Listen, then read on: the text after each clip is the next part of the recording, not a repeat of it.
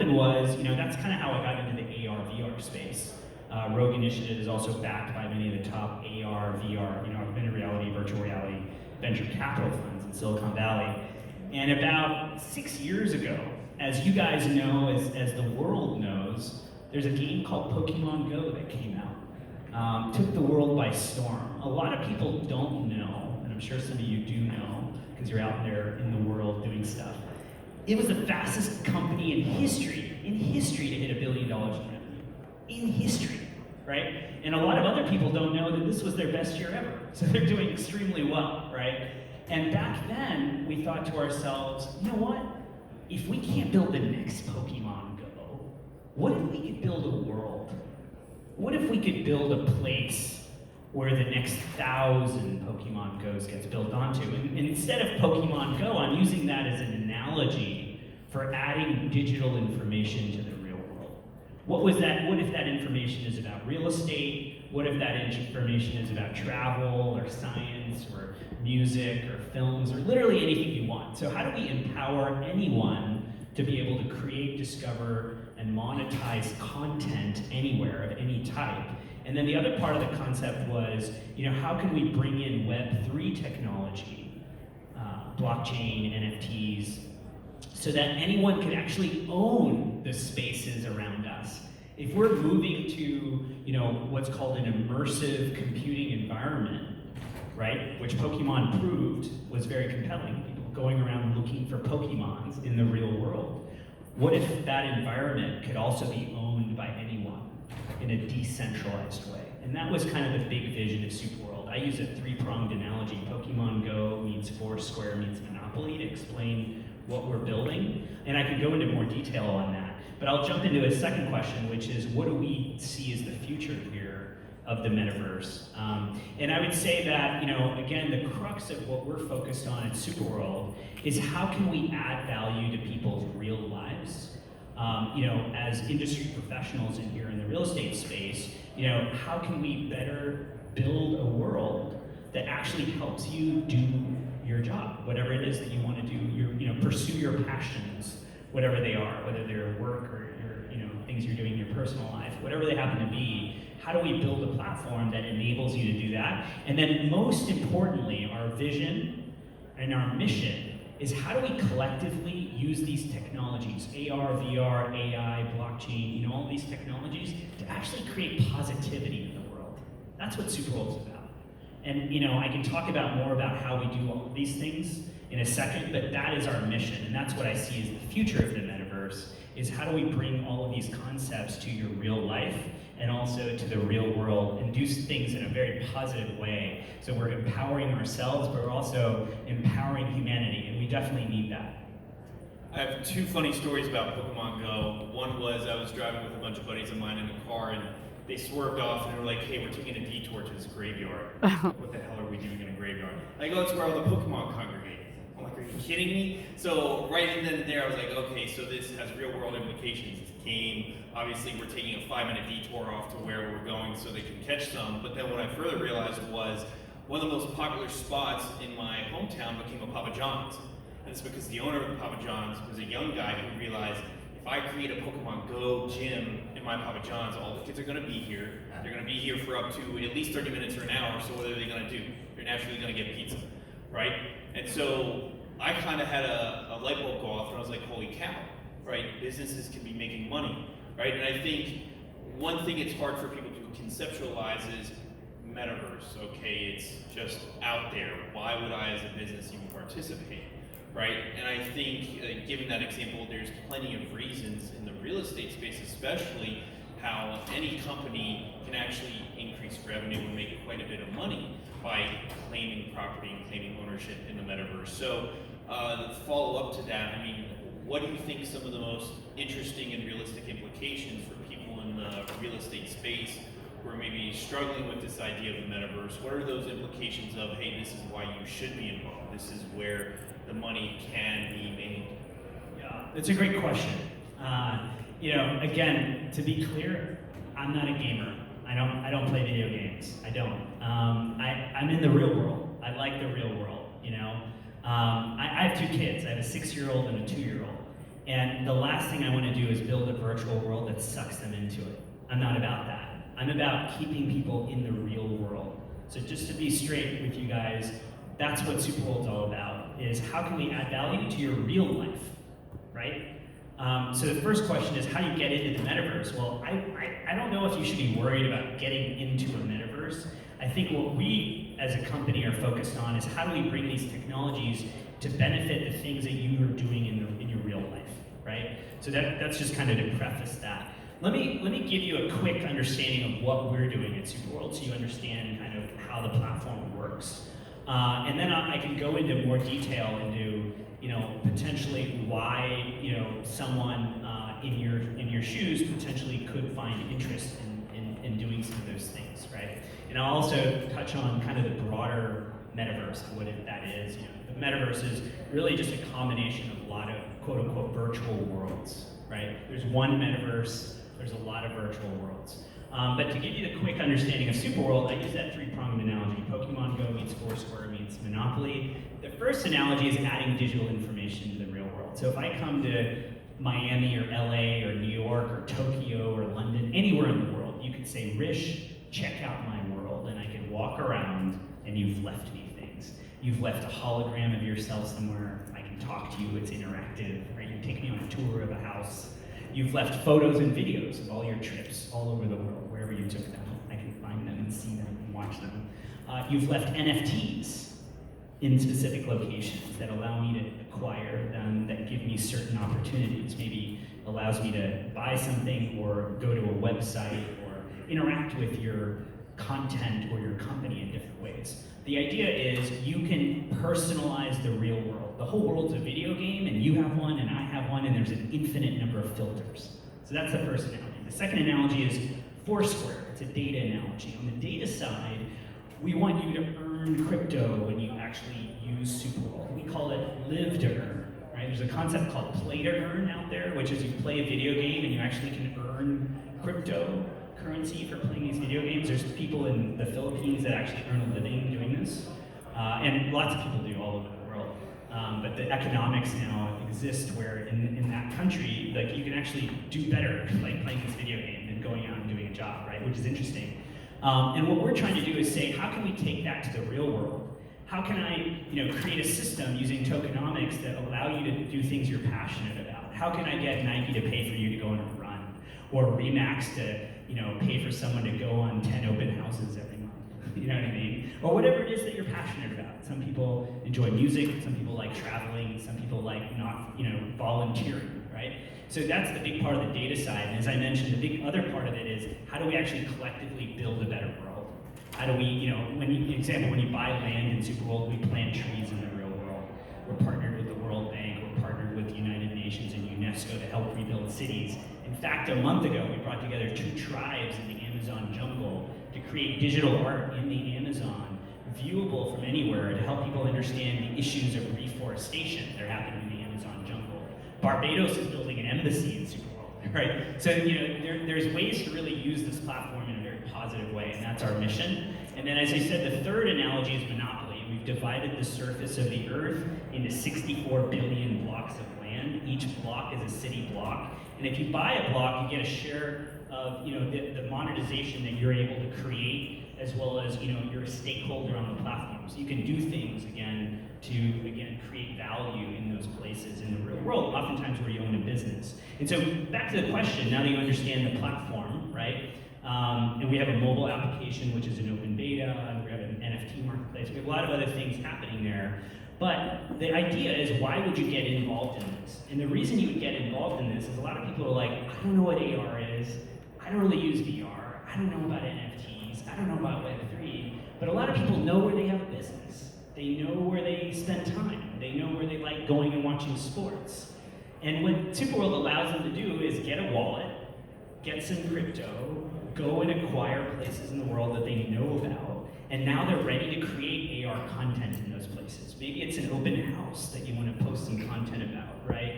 Maybe it's you want to create some artwork. Maybe it's you want to, again, do some kind of Pokemon Go kind of thing for your business, for people to go and collect things, right?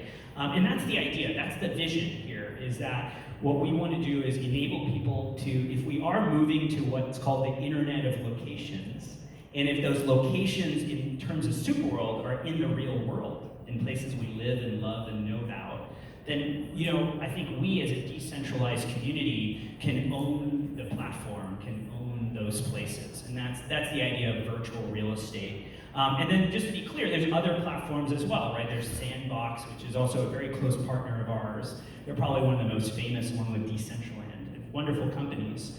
And what we're trying to do is really create that gateway.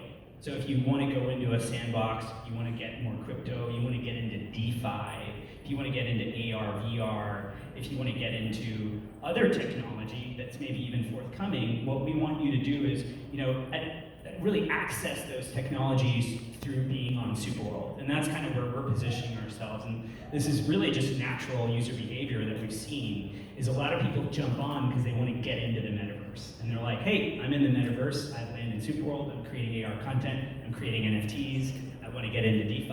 And again, there's a product development roadmap that we're on. And our kind of philosophy is, you tell us what you want to build. You tell us what would help you, what would benefit you in your real life.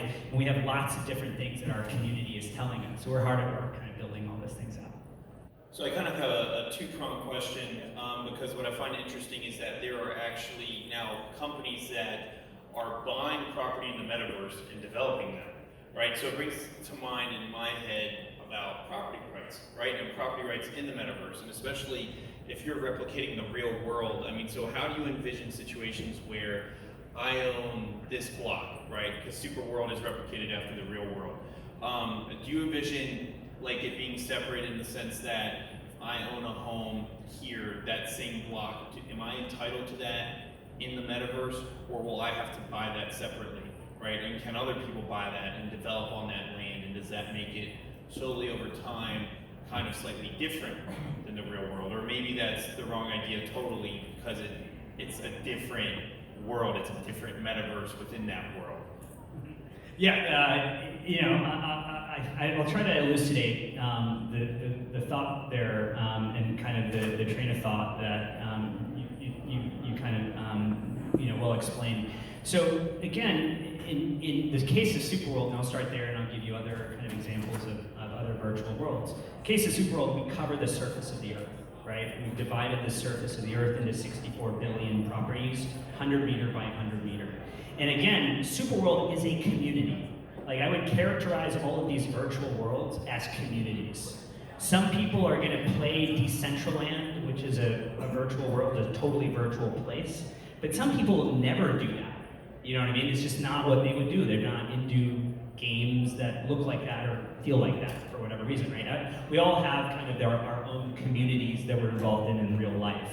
And what we're trying to do at SuperWorld, again, is be a very open and expansive community, right? So whatever it is, there's an infinite number of filters on the world. We're building on infrastructure that's very open. We're on Unity, Unreal, we're built on Apple, we're built on Google, we're very close with Niantic, the creator of Pokemon Go. We're very kind of agnostic, software-wise, hardware-wise, platform-wise, and blockchain interoperable, right? So what we want to do is say, hey, wherever you guys want to build stuff, you want to create something on this platform, you want to use this software, you want to use this, maybe you want to use glasses, maybe you just want to use AirPods, and you want to listen to SuperWorld, you want to go on a walking tour. We want to open that up, right? So we're trying to create a very open community.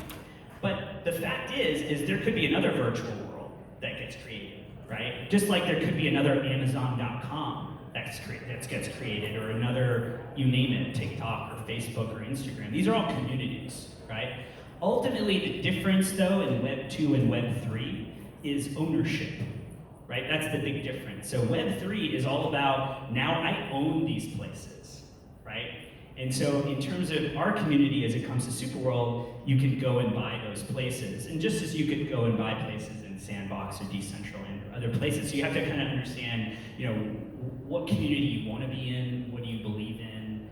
But there's going to be very big virtual worlds, that they're already in play and they're already growing, and there's large, very galvanized communities. And what we stand for, again, is empowering people in the real world and building a better world. I say we build SuperWorld together. That's the whole point, right? So, again, that's kind of our philosophy, is everyone can go and get it, go and acquire land, and we build together. We all build. And everyone has different things they want to build, Some people are into real estate, some people are into music, some people want to do live concerts, some people are into sports, So that's the beauty of the world, and we're very open to that. So just briefly, walk me through the process. How easy is it for me to actually purchase land in SuperWorld? And what does that process look like? I don't need necessarily a VR headset to participate, do I? Anyone can go through any type of browser application and beyond SuperWorld. It's incredibly easy, isn't it? Yeah, so again, there's a progress roadmap to this. And what we started with, and I have another VR studio. I mentioned to you, Rogue Initiative Studio, so I come from the VR space. And so as we were making decision-making for SuperWorld as to where we start, we wanted to be as expansive as possible. So we're on web. You can find us on the web, super simple, on a web browser, right? You'll have to connect a wallet, which is a great exercise in learning what Web3 is all about. So who in here is on Web3 already, meaning they have a wallet? That's a great number of people, right? But there's a lot of people who didn't raise their hand, right? So I always say that the reason we're called a gateway is a way of saying, okay, if I'm gonna do this, I gotta get a wallet. So it's like if I told you in 1995, you wanna get on the internet, you need to get a browser. You need to download a browser, which is like Chrome or Safari. You just need to do that. It's not that complicated a thing. Maybe back in 95, you were like, oh shit, I gotta download a browser, what does that mean? You know what I mean? Now it's just like, oh yeah, of course you need a browser to surf the web. In Web3, because it's ownership, you need a wallet. That's the only difference, right? And so, back to your question, once you get onto SuperWorld, you download a wallet, and then you just search on the map. You can just search your favorite places, and you click, and you have to get Ether in your wallet. It's on Ethereum, which is a cryptocurrency. And so you get Ether in your wallet, and then you can buy properties anywhere in the world. You can only buy with Ethereum, or are you going to integrate other tokens over time? That's a great question. So you don't actually have to have Ethereum, because it's even easier. There's other wallets that we have, like BitPay. We have an integration that's going live very soon with Wire, which allows you to use credit cards or fiat currency. So you don't necessarily even need Ethereum. And again, our goal is to make it as seamless as possible. So if you guys have issues, we have a live chat. Let us know what your issues or ideas are, because we're always literally improving the product.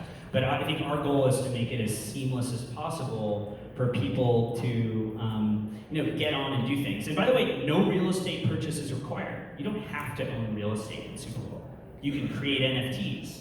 You can just use our mobile app and create content. You can get into AR and VR, right? So the point is there's just a lot of different ways to get involved. And I think that the best thing to do if you're interested in this topic of the metaverse is such a broad thing. It's a broad set of technologies. Is you should get in and start playing with some of these technologies. And the fact is the democratization of these technologies is moving very fast. So I would say in a year, you're going to probably be interacting with NFTs, even if you don't know it. We did an NFT for a club in New York and Miami called Custom House, and they're selling luxury memberships as NFTs. And they just thought of that as a business model innovation for them, because now they could sell it. People can buy these lifetime memberships as NFTs, and then they can resell them too. And so there's other kind of I think interesting innovation that's going to happen with these technologies that you guys can use. We had one of our customers make a 3D super yacht, and they sold the 3D super yacht for $30,000. I was shocked. It's a 3D super yacht. Normally they just make the 3D super yacht, and they just hopefully they'll make a real yacht. That's the point. But they put the 3D super yacht at the Monaco Yacht Show. park there, and and then that gives them access to other things at the Monaco Yacht Show. So there's a lot of marketing kind of interesting things that one can do using any of these technologies. So we got time for maybe one or two questions. So I'm going to open up to the floor if anybody has a question from the audience. All right, we got a question here. Okay, we'll go this way, and then I'll be over there. Thank you for letting me get my steps in. Let's go. How do world events affect property value in your system? For example, in Ukraine, does demand increase? Does the value of the parcels in Ukraine, are you seeing them increase? Just talk about that. Yeah, it's a great question. So again, speaking specifically about SuperWorld, it's super simple. So again, all the properties that are unpurchased, these are NFTs, right? And those are digital assets. They're on Ethereum. Specifically, they're technically called ERC-721 tokens. That's the very technical description of what that is. And when you buy one, you buy it for 0.1 Ether, which is the unpurchased price, and then you can set whatever price you want. So you set the price. Have you seen people buying a lot more because of the war going on? Has demand for that property increased? Guys, repeat the question so everybody can hear what he's saying. Yeah, has demand for property in Ukraine increased because of the war going on there? Yeah. So again, and I actually haven't with Ukraine. We haven't looked specifically at that, but I would tell you more broadly. Things in the world make people more interested in specific locations.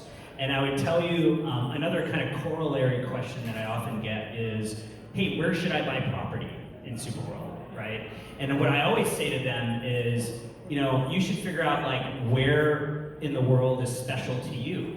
Where do you enjoy, right? Because if I talk to two people in the audience and one person's from Indonesia and one person's from Los Angeles, just as an example, there's probably going to be 10 ideas that this one person has and 10 of the others, and there's probably 3 in common that they share that they both love. Maybe it's Times Square, Taj Mahal, the pyramids, there's oh, I want to get those, But other than that, it's we all have our own personal kind of life and experiences and where we grew up, where we went to high school, where we go on vacation. And so, again, back to your point, there are definitely people that are hey, you know what? I want to get more involved in Ukraine. And then the other point of your question, which I think is a great one, is, for example, what are we doing about Ukraine at SuperWorld? What we're enabling people to do is take imagery from what's happening in Ukraine and put that imagery in real-world locations where they live. So you can put the destruction of Ukraine and see it next to your cityscape and realize, whoa, that's not cool. This is some serious negative stuff that's happening in that country, and to educate more people can empathize with what's happening there, and then we can also raise money using NFT technology as well, so people can buy artwork using NFTs. And so what we're finding is with Ukraine, or what happened in Haiti last summer with an earthquake, where we were active with the World Bank, is that a lot of these locations, when they become areas of interest for things that are negative or positive, we can use this technology to bring more awareness to them. And I'll give you another quick idea, is you could, a not-for-profit could buy the real estate and say, hey, this is a zone that we now own. And we've done that in the Amazon jungle, right? So we have not-for-profits who own land in the Amazon, and those places are permanent exhibits for them, where they're showing artwork about reforestation and what's happening in the Amazon. There's a lot of groups that are interested in the Amazon. So we see that. So it's a great, great question. And then we got 2 more questions. We got 5 minutes left, or 3 minutes left, so we'll go here. Yeah. So my question is when people buy land in the Metaverse, would there be companies coming on SuperWorld to build homes, or people coming on to sell appliances? How does that work, or is it that I can just do all that myself if I own land? Yeah, so great question. So again, I can speak specifically about SuperWorld. We're building a very expansive platform. And what I mean by that is we're keeping it very simple. I always say, create, discover, monetize anything, anywhere, right? And I have a world, you have a world, brands have worlds. There's an infinite number of filters on the world, right? And so there are companies that want to build architecture because they're selling homes or they're selling commercial properties, right? And so they want to enable, their customers to visualize this architecture maybe before they buy it or before they go on a home tour, right? And so those companies are interested in that kind of focus. There's other companies that want to build things for sports events, right? There's other companies that want to do things that are more educational. So as an example, if you own a property in SuperWorld, there are an infinite number of filters on the world. And so some people are sitting in those stands at the stadium watching New York Yankees content. That may be the New York Yankees, or maybe fans of the New York Yankees are placing in that location, right? So you get to choose what you get to see, right? And then maybe some other people are watching, Boston Red Sox content, right? In the same exact place, because there's an infinite number of filters on the world. You, in this example, own Yankee Stadium. So you get all of it. You're able to, again, benefit from all of this activity. And then, there's another group of people that are, putting content about the car show that's happening the week later that no one, even in the stands, is probably even knowing about, right? So the point is that the way we're seeing it very expansively is anyone can do anything anywhere. Last question. Last question, go ahead. Hi, my name is Desiree Sash, and I'm a relocation consultant for Puerto Rico. So mainly we work with investors and companies that are moving down. So part of the challenge is that a lot of information in Puerto Rico right now is very fractured and not a lot of communication. And I see your technology being a really great solution, especially people are not sure if they want to move down, but they know that there's a lot of great benefits. And I guess, I just love that you guys were saying that making digital content and unifying that, can create lots of solutions. So my question is do you have some real case studies, some big projects? Would you be interested in maybe looking towards, especially Puerto Rico, that there's mass migration happening right now? We have some incredible projects happening there. So yeah. We should definitely talk. We definitely have a ton of inbound interest in what we're doing from brands that do real world events in different locations. As I mentioned, Barbados is building an embassy in SuperWorld, so their governments are coming in. I just had breakfast with the mayor of Chicago 2 weeks ago and the mayor of Miami, about 3 weeks ago. So, again, there's a lot of different initiatives. And the point is what we want to do right now, just to be very kind of open about kind of the strategy that we're employing, is we're looking at, a lot of these proof of concepts, right? So yours would kind of fit the description of a tourism board wanting to promote a certain area, right? And, again, Barbados is interested in the same thing, right? With their embassy and other things they're doing in Web3. And, what we can do is work together, so let's get in touch.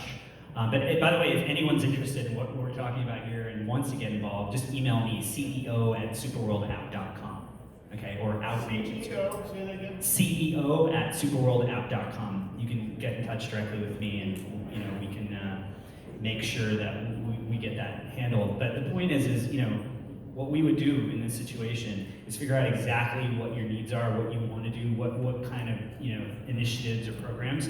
And then the beauty of this, it's a video game on top of the real world. We can literally create anything, right? And then that's able to be viewed from anywhere in the world, even if I can't get there. And by the way, even if I'm there, I can look around and see it too. So, again, we're all about the real world, so we want people to go there. Back to Pokemon Go, right? Go to those places. Hrish, thank you so much for being on stage with us. Please give him a big round of applause. We'll be around for a little bit. Yeah.